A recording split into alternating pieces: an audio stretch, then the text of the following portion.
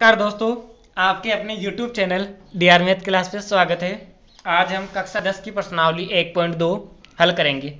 उससे पहले हम कुछ बेसिक जानकारी प्राप्त करते हैं भाज्यता के नियम। तो हमें भाज्यता के नियम समझने हैं। पहला है 2 से विभाज्य। ऐसी संख्या जिसका इकाई का अंक 0, 2, 4, 6, 8 हो वह संख्या 2 से विभाज्य होगी। जैसे एक एग्जाम्पल लेते हैं हम 1320। इसका इकाई अंक है 0, ये 2 से विभाज्य है। बात करते 3 से विभाज्यता की। अंकों का योग यदि 3 से विभाज्य हो तो वह संख्या भी 3 से विभाज्य होगी। तो इस संख्या के अगर अंकों का योग करते हैं तो 1 और 3 4 और 4 और 2 6, 6 और 0 6। तो इसके अंकों का योग कितना आ रहा है? यहाँ पे 6 आ रहा है।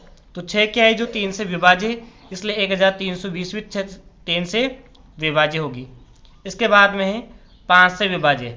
अगर इकाई का अंक 0 या 5 हो तो वह संख्या 5 से विभाज्य होती है। तो इसका इकाई का अंक क्या है?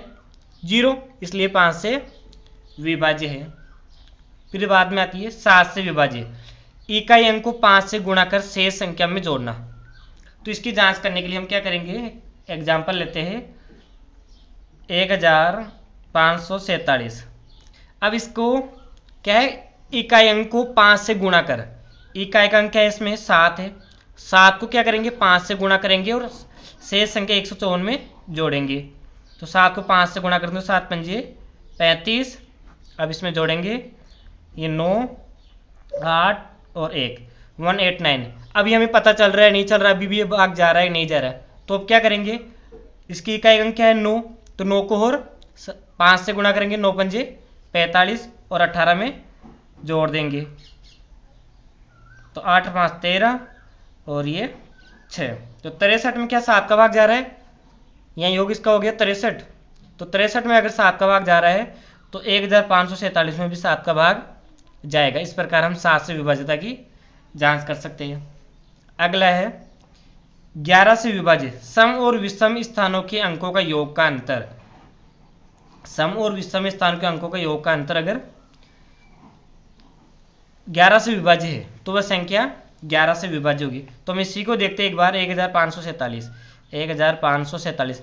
इसके सम स्थान कौन कौन से? ये दूसरे नंबर का और चौथा नंबर का। तो 5 और 7 कितने हो गए? 12। फिर विषम हो गए पहले नंबर की संख्या और तीसरे नंबर की संख्या। 1 और 4 हो गए 5। तो 12 में से अगर हम 5 घटाएंगे तो क्या आएगा? 7 आएगा। तो 7 क्या है? 3 से विभाज्य, सॉरी ये 7 क्या 11 से विभाज्य नहीं है, इसलिए 1547 भी 11 से विभाज्य नहीं है। तो एक संख्या और लेते हैं 1309। अगर ये संख्या 11 से विभाज्य है या नहीं, तो इसमें पहले नंबर की 1 और तीसरे नंबर की है 0। 1 और 3 हो गए, 1 और 0 हो गए 1, और सम स्थानों में 1 दूसरे नंबर की और चौथे नंबर की संख्या। तो 3 और 9 ये हो गए 12। तो 12 में से अगर हम ये 1 घटाएंगे तो क्या आ जाएगा? 11। तो 11 में 11 का भाग जाता है, इसलिए ये संख्या 1309 11 से विभाज्य होगी।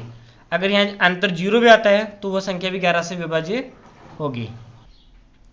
13 से विभाज्य। इकाई अंक को 4 से गुणा कर शेष संख्या में जोड़ना। तो 13 से विभाज्य जांच करने के लिए क्या करेंगे? इकाई अंक को 4 से गुणा करेंगे और शेष संख्या में जोड़ेंगे। तो 1547 इकाई अंक को क्या करेंगे? 4 से गुणा करेंगे। 7 को 4 से गुणा करेंगे तो 7 चौके 28 और शेष संख्या में इसको जोड़ेंगे।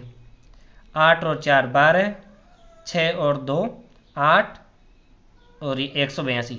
अब 182 में 13 का भाग जाता है नहीं जाता हमें पता नहीं। तो और क्या करेंगे? इस 2 को भी इकाई अंक को वापिस 4 से गुणा करेंगे। तो 2 को 4 से गुणा करेंगे तो 8, 18 में 8 जोड़ेंगे तो ये हो जाएंगे 26। तो 26 में तो आपको पता ही 13 का भाग जाता है, इसलिए 1547 में 13 का भाग आसानी से जा सकेगा। इसके बाद में है 17 से विभाज्य। इकाई अंक को 5 से गुणा कर शेष संख्या में से घटाना।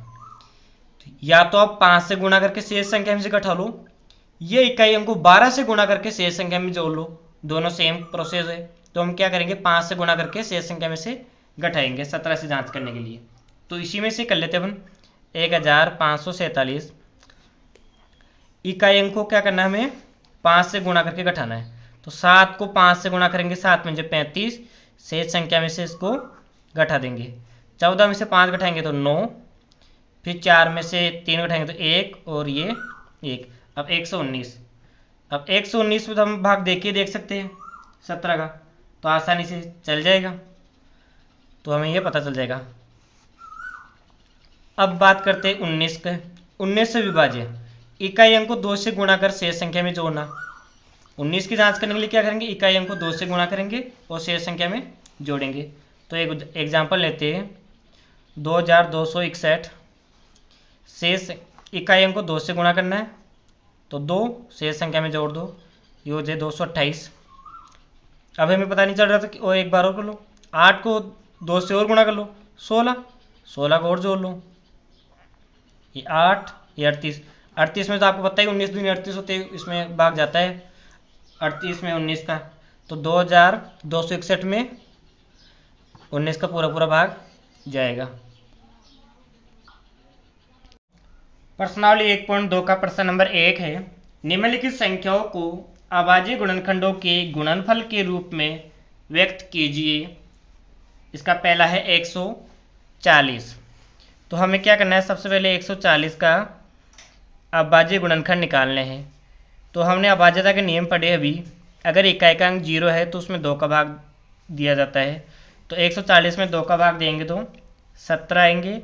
फिर इसका इकाई का अंक 2 है, वो 0 है तो इसमें 2 का भाग देंगे तो 35।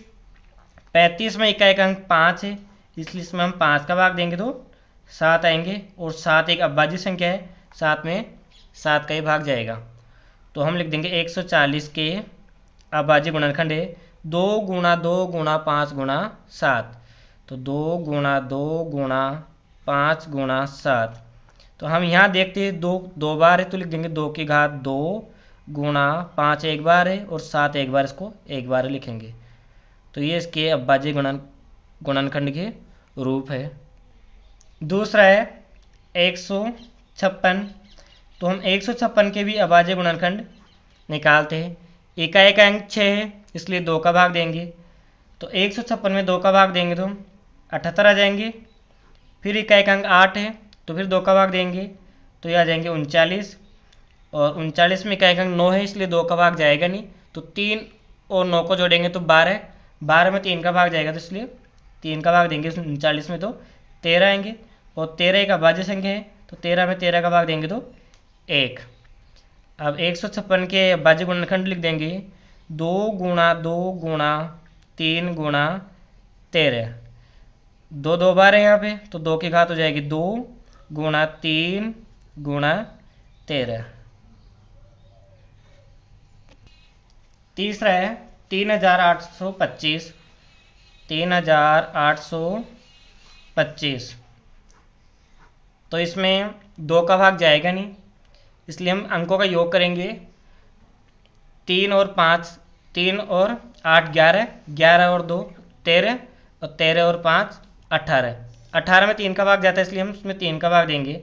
3825 में अगर 3 का भाग देंगे तो ये आ जाएंगे 1275, और इसमें वापस 3 का भाग देंगे तो ये आ जाएंगे 425। अब 425 में 3 का भाग नहीं जाएगा, क्यों, 4 और 2 6, और 6 और 5 11 हो गए, 11 में नहीं जाता, इसलिए हम इसका इकाई अंक 5 है, इसलिए 5 का भाग देंगे।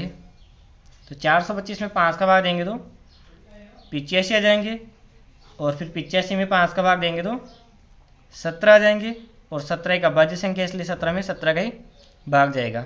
तो अब लिख देंगे 3825, इसके अभाज्य गुणनखंड हो जाएंगे 3 3 5 5 17, तो 3 गुणा 3 गुणा 5 गुणा 5 गुणा 17। तो यहाँ पे 3 2 बार है, तो लिख देंगे 3 की घात 2, 5 भी 2 बार है, 5 की घात 2 गुणा 17। चौथा है 5005। अब इसके अभाज्य गुणनखंड निकालेंगे। तो 5005 में इकाई का अंक 5 है, इसलिए इसमें 5 का ही भाग जाएगा, 2 और 3 का जाएगा नहीं, तो 5 का भाग देंगे तो ये आ जाएंगे 1001। फिर इसकी बाध्यता की जांच करेंगे, तो जांच से हमें पता चलता है इसमें 5 का भाग जाएगा नहीं, तो फिर इसमें 7 का भाग जाएगा, तो 7 का भाग देने पर आ जाएंगे 143। फिर 143 में 7 का नहीं जाएगा तो हम 11 से जांच करेंगे। 1 और 3 4, और 4 में से 4 के तो 0 आ रहा है, तो 0 में 11 का जा रहा है, तो इसमें 11 का भाग देंगे। तो 143 में 11 का भाग देने पे हमें 13 प्राप्त होंगे, और 13 में 13 का भाग देंगे तो 1 आ ही जाएगा। तो 5000 5 के अभाज्य गुणनखंड हो जाएंगे 5 गुणा 7 गुणा 11 गुणा 13। पांचवा है 7429। तो इसमें अगर हम भाज्यता के नियम लगा के देखते हैं तो 2 का भाग नहीं जाएगा, 3 का नहीं जाएगा, 5 का नहीं जाएगा, 7 का नहीं जाएगा, 11 का भी नहीं जाएगा, 13 का भी नहीं जाएगा, फिर 17 का नियम लगाएंगे तो 17 का भाग जाएगा इसमें। तो आप नियम लगा के देख सकते हो अब बाध्यता के नियम, तो इसमें 17 का भाग जाएगा। तो 17 का भाग देंगे तो हमें 437 प्राप्त होएगा। फिर 437 में 17 का भाग वापस नहीं जाएगा, फिर इससे अगली संख्या है जो विभाज्य संख्या वो है 19, तो इसमें 19 का भाग जाएगा। तो 19 का भाग जाने देंगे तो ये 23 प्राप्त होंगे, और 23 एक अभाज्य संख्या है, तो 23 में 23 का भाग जाएगा। आप ये सभी भाज्यता के नियम लगा के चेक करके देख लेंगे। तो 7429 के अभाज्य गुणनखंड हो जाएंगे 17 गुणा 19 गुणा 23।